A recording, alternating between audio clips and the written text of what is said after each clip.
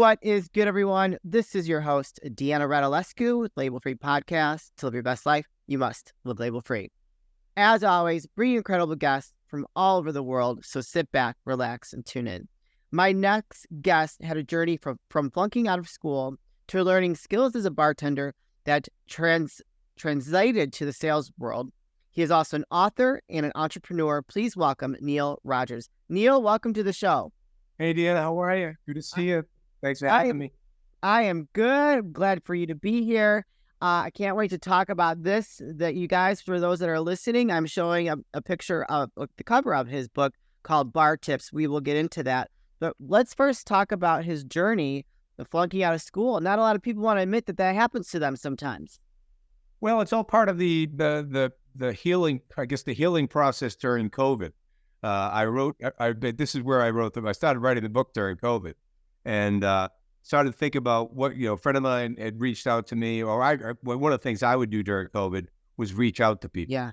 Just a quick little text. How's it going? What are you up to? Yada, yada. And we'd go back and invariably I'd get a phone call back. Yeah.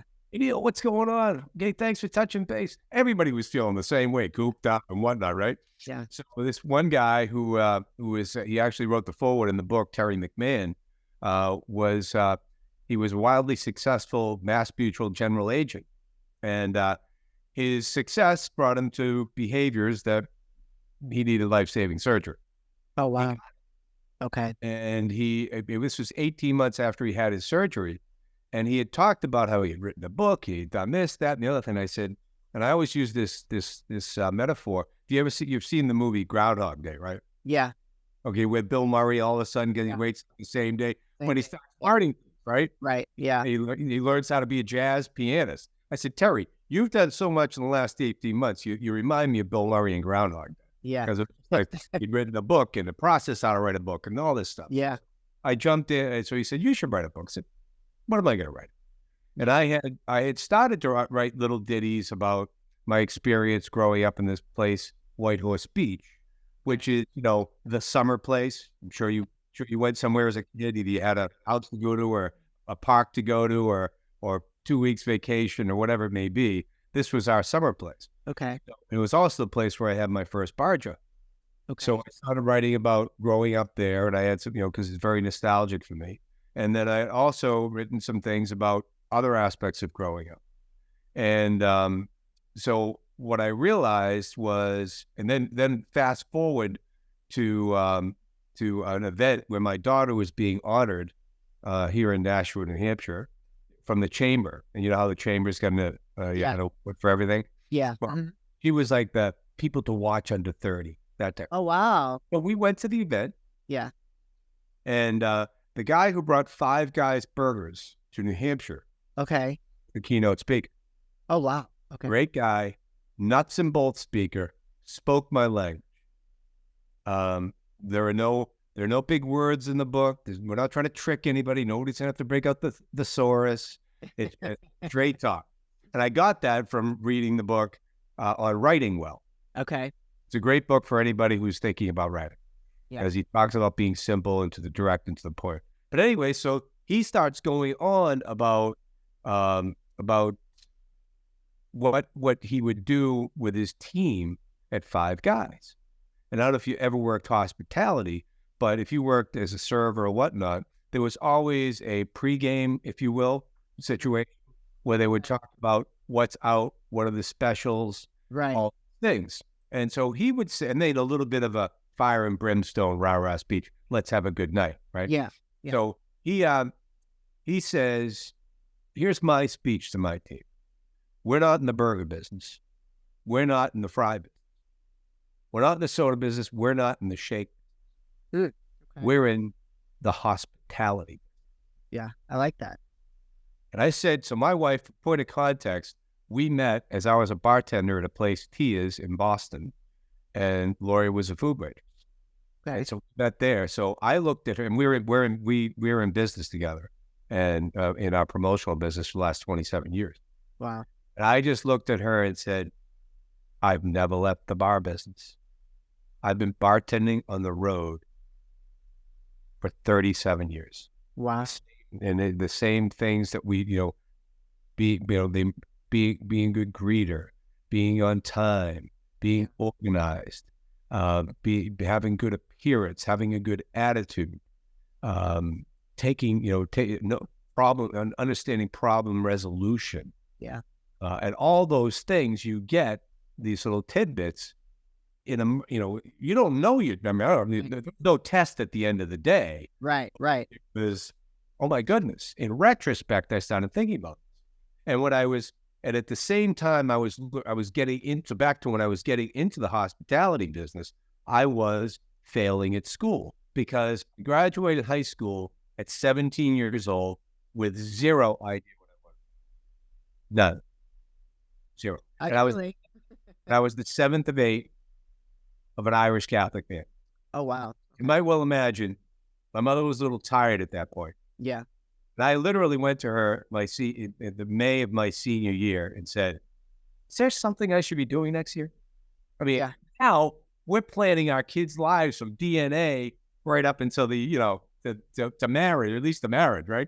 Right. So I said, all right, I'll give this school thing a try. But I had no passion. I had no drive. I was in a community college, and I was doing high school all over again. And I wasn't good at it then. Yeah. So I was a middle of the road student in high school. And as I always say, my SAT scores and my class rank had one thing in common, both in the triple digits. Not impressive. Oh boy. But when I went out so I basically flunked out of the first college, but all the while I was working in hospitality. Okay. And I was, in the kitchen, busboying, and then I finally got behind the bar as a bar back. I'm sure you've seen them. They're the people, anybody else, carry beer in, getting the ice, all that stuff. I did that. But I looked at the bartenders and I said, that looks pretty cool. I'd like to try that. Okay. So my friend and I, who were working in the same place, we started doing private parties and that type of thing. And then I decided I'm going to set my sights on getting a bar job as a bartender. Okay. And back to White Horse Beach, that little summer place I was telling you about, a friend of the family was starting to manage the local bar. Okay. I said, I'm going to go ask Peter for a bar job. So I went, Peter's about roughly 5 or 6 years old. And so I went and I asked him, he says, the place was so small, they only had three bar jobs. But he said, I'll give you 5 nights on the door. So now I'm checking IDs and I'm getting ice and I'm doing trash and doing all the stuff I did as a bartender. Yeah. And just then, the day bartender leaves. He says, do you want the job? I said, sure. That's for me. Yeah. So took the job, and he taught me some technique type things, pour with authority, look like you know what you're doing, fake it, you make it type stuff.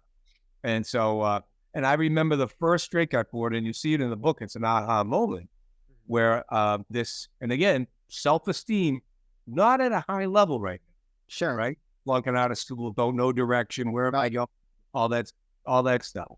And so I poured the drink, I put it in front of the person. They took beautiful oak bar, beautiful. Put it in front of the person on the beach. Yeah. Took a sip of it. He goes, that's pretty good. So now I've got that immediate feedback. Yeah. Feeling good. Okay. Now I'm thinking, oh, hold on. Yeah. Maybe I could be good at something. Now, don't get me wrong. I was reasonably popular in high school, reasonably decent athlete. I can sing a little, I can play a little piano. So I had some skills. Some charm. You got some charm. But it was but I realized that my skills really were in interpersonal. Okay. And I don't know if you've ever heard of the book Frames of Mind by Howard Gardner, but he talks about the 7 types of intelligence. And interpersonal intelligence and intrapersonal self-awareness, yes, are 2 of those. So I get the musical is one of them. So I had pieces of a lot of them, even academic intelligence. I wasn't dope, but I just didn't have that. So I just realized that was serving people was what I might be able to be really good at. And then I started introducing people to other people. Yeah. Hey, do you know this one? Have you ever met them? Hey, let's go out for beers afterwards. Yeah. Just breakfast. Hey, we play softball on Sundays. Do you want to play with us? Just simple things that, again, when it's no complex marketing theory in the book. It's just be nicer. Yeah. Listen. Right. Yeah. You'll learn a lot when you just listen. Right. 2 ears, 1 mouth. Use them in that proportion. So in what way? So I love how you say that you learned everything you needed to know in sales behind the bar. And so I'm assuming that means that you learned a lot of your networking skills, right? You said you were introducing people. And so what specifically just stands out for you in this book that someone's listening and is in sales that they would learn? Oh, if the big one in there, I mean, there's about 10 or 11 or so Okay. bar tips in there. Okay. Take ownership when something goes wrong. Ooh, that's a good one. And I'll give you a story on that. Okay. So one of my buddies, so we worked at, Tia's is one of the biggest, at the time, I think it still does pretty well. This is now 41 years ago. Okay. It was the place to be. And it was busy. I mean, crazy busy. And so, this woman came up to the bar, this friend of mine, I changed the names in the book, but his name is Dennis. Okay. Dennis, the woman comes up to the bar, she says, "I love vodka martini, very dry." Right? Dennis goes and pours vodka martini like he always does, and she wanted it straight out. Yeah. Poured it for her, brought it up, put it in front, put the cocktail napkin down, gave her the cocktail. She takes a sip out of it. She goes, "It's not triangle." Okay. So point of context, Dennis, me, and most of the people I know never put a drop of vermouth in a martini. It's as dry as it's ever going to be. Yeah. Dennis, however, to his credit, am I going to get in the beef here? Am I going to argue with this woman? Right. No. You know what I'm going to do? I'm going to go grab the mixing glass. Going to get the shaker. I'm going to pour it in front of him. Yeah. Pours the martini. Puts it in the up glass. She takes a sip. That's good. So why get in the beef? Right. Maybe his mistake was I didn't pour it in front of him. She didn't see what he was doing, right? Yeah. But he didn't get in. He took the position where the customer is always right. Can't be unreasonable. Right. But the premise, the point of we have to start from is they're paying the bills. Right. Let's work with them first. So that's the top. Yeah. I'm never turned down a martini, dry or not. Personally. I'm sorry? I said I personally never turned down a martini, dry or not. Sorry, I had to throw that in there really quick. But that lesson came from me when I started working, came really where it popped up in my head to be part of the bar tips was I got that when I was selling food, food distributor. And there was a guy in there, his name is Jim Gallagher. He's acknowledged in the book. His name's changed in the story. But Jim was a fantastic salesman. He was a wise guy. Yeah. He always ribbing you, always this, that, and the other thing, giving you a hard time and whatnot. But you got him in front of a chef or a hotel owner or a manager, completely changed. Completely changed. Yeah. He knew products. He knew what he was talking about. He had great knowledge. He had product knowledge, peripheral knowledge. And he said to me, he mentored me quite a bit. He said, whenever anything goes wrong, start here. Yeah, for sure. Right? Don't be lashing out. Don't be blaming the truck driver. Yeah. All those guys that picked the order, they don't know what they're doing. What's my role in this, and how can I change? How can I resolve this situation? And more often than not, it's getting in your car, going back to the warehouse and getting what was wrong, or fixing it, or making a credit, taking it back, whatever that may be. Yeah. And you never let the customer know all the stuff that's going on in the background. Well, right. Yeah. Right. Make it easy for them. Oh, that's you. All they want to know is you solve the problem. Yeah. So that's why that's probably number one. But none of them are you can escape the tips. I mean, if you want, you can add to them, you can massage them. Because I say, this is not, I come clean. This isn't an absolute. This is what worked for me. Right. I think it will work for you. I think you should, this is a good baseline to go from. You may want to add whatever industry you're in or what that may be. Sure. But again, the story, one of the stories that I like to tell is relates to how simple these philosophies are, is that in our promotional business, we did a lot of business with New Balance. And at the time, we don't do it with them anymore. The national sales manager who I became friendly with left there and became the general manager at one of our vendors in our promotion. And he says, Neil, and we didn't do business with this vendor. He says, Neil, can you help? Can you look at my website? Can you see what's going on? Yeah, all these types of things like that. Yeah. You know what I said to him? Brian, I'm going to give you the tip of the world, tip of the year. Okay. Hire nicer people. There you go. Your customer service people aren't good. Yeah. They're nasty. They don't help. So we don't deal with them. There's plenty of people to deal with. Yeah. But he was looking for this big picture, Right. big fix. And I always say it's kind of like what's going on today in this world, where you've got the shiny new red tech toy, which is AI, correct? Right. Yeah. Right. Everybody wants to know about it, right? So there's a have you seen the movie Good Will Hunting? Yes. It's been a long time, but yeah, I've seen it. So there's an iconic scene in the movie where Sean, Robin Williams' character, is yet again frustrated with Will, Matt Damon's character. Yeah. And they're sitting on the park bench out on it might even been on the Boston Common, I can't recall. Ironically enough, real quick aside here, where he is housed as a school on Bunker Hill Community College. Oh, wow. Like college that I flunked out of. Oh boy. Okay. So anyway, so he's having this conversation with Will, and Robin's trying real hard to get the Boston accent down. He says, you have no idea what you're talking about. You've never been out of Boston. I'd ask you about art, and sure, you give me the skinny on every art book that's ever been written. Yeah. But you can't tell me what the Sistine Chapel smells like. You've never looked up at those beautiful ceilings. Yeah. So this guy that was a very good friend of my daughter's wrote that piece, or did write the piece, but pointed the metaphor out. Bill Conley. I told him I was rip. It was R&D, and you know what R&D is? Rip off and duplicate. Oh. So I told him I give him props every time I used it, and he. But the metaphor says that this technology cannot compete with our senses. No, definitely. Right?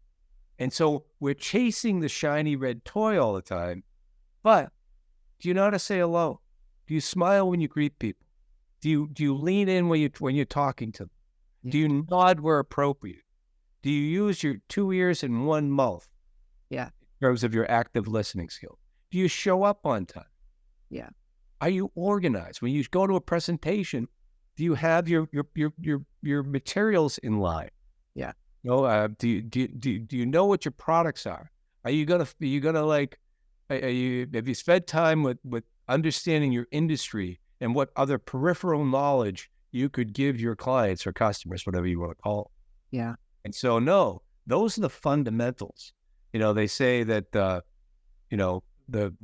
lot of football is won in between the two lines, the offensive line and the unheralded offensive line and defensive line. And the fundamentals, we call it the blocking and tackling. Yeah. Stuff that you got to do. But no, everybody wants to get in the new class for AI. And by the way, AI is a powerful tool.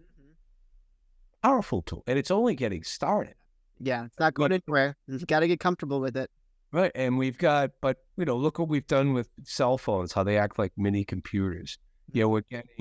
We have streaming services where we watch all of our movies and different shows. We've got, of course, Spotify and all that. We've got Amazon, who's changed the shopping. But explain this. Why are people still congregating in coffee shops one-on-one? Why connect? why is Taylor Swift selling out every stadium in this country and $1 gazillion a ticket? I don't know. I don't really care for her, but she's selling an experience.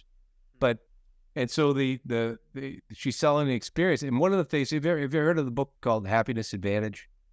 Sounds familiar. It's a wonderful book written by Sean Akel. And Sean studied happiness at Harvard for 12 years. And he's a great TED Talk he has out there. So it's a quick one. It's like, well, they're all TEDs. It's about 12 minutes. Right. And it's a great one to listen to. But he also took it further, and this will answer our question as to why these tried and true old style things are still working, like Barbie being the #1 box office draw ever, right? We still go to the movies. We still want to go. Yes. You can't, as much as we try, we cannot replicate that experience. Right. Go moves, right? But Sean discovered that the greatest marker of our happiness, long-term happiness. You froze up. Hello? You froze up. Action. There we go. Hey, Warren, edit this part out. Can you please start? Go ahead and say what you're going to say. So where was I here? You were talking about we cannot replicate the experience. Our happiness comes. Yeah.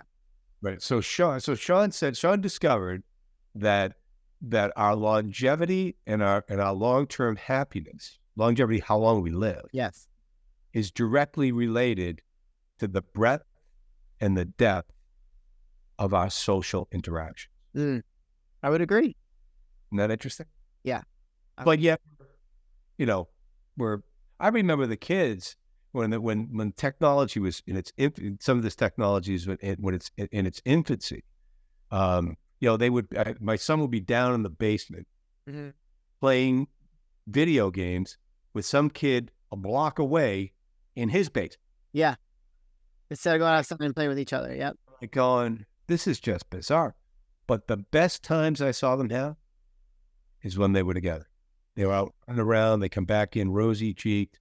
Oh, we'd have people over and we'd break out the music and everybody be singing and dancing and we're just having the time of their lives. But when we get so that's the AI can never replace us having those organic, authentic connections and experiences with one another. So I love it. Neil, where can people find you, connect with you, and purchase the book, Bar Tips? So the book is on Amazon and Barnes & Noble and all the online stores. And I have been told if it's been any brick and mortar, but that's the other thing.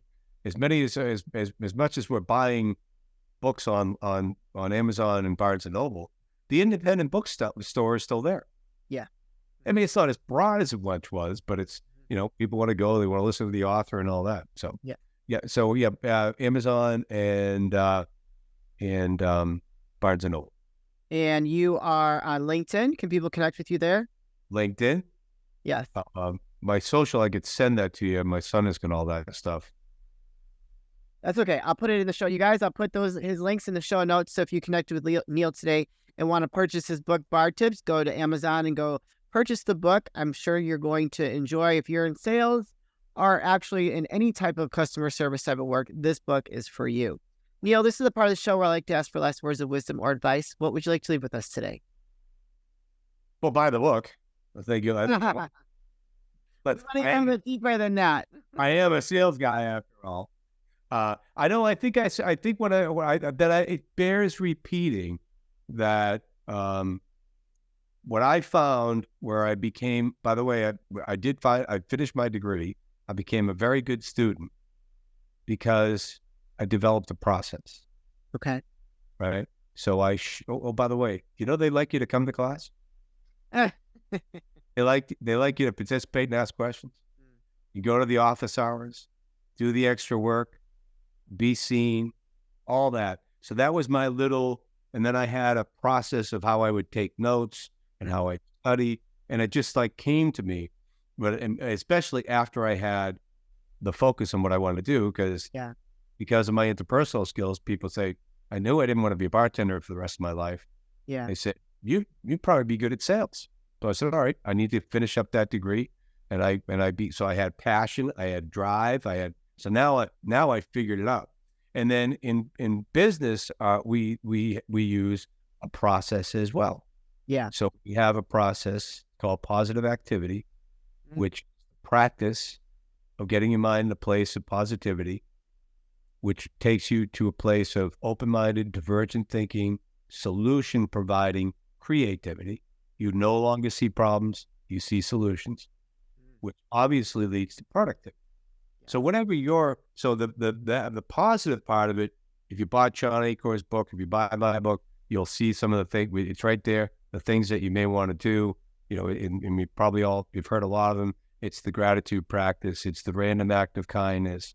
It's the meditations. It's the exercise, and do all that stuff if you can before you open up your inbox and get aggravated. Then have a process of how you're going to go about your business development. I guess, and I don't want to fill up your time here, but have a process and stick to it. We say, when they get the book, 90 days on positive activity, you will recognize where you came from. Love it. That's awesome.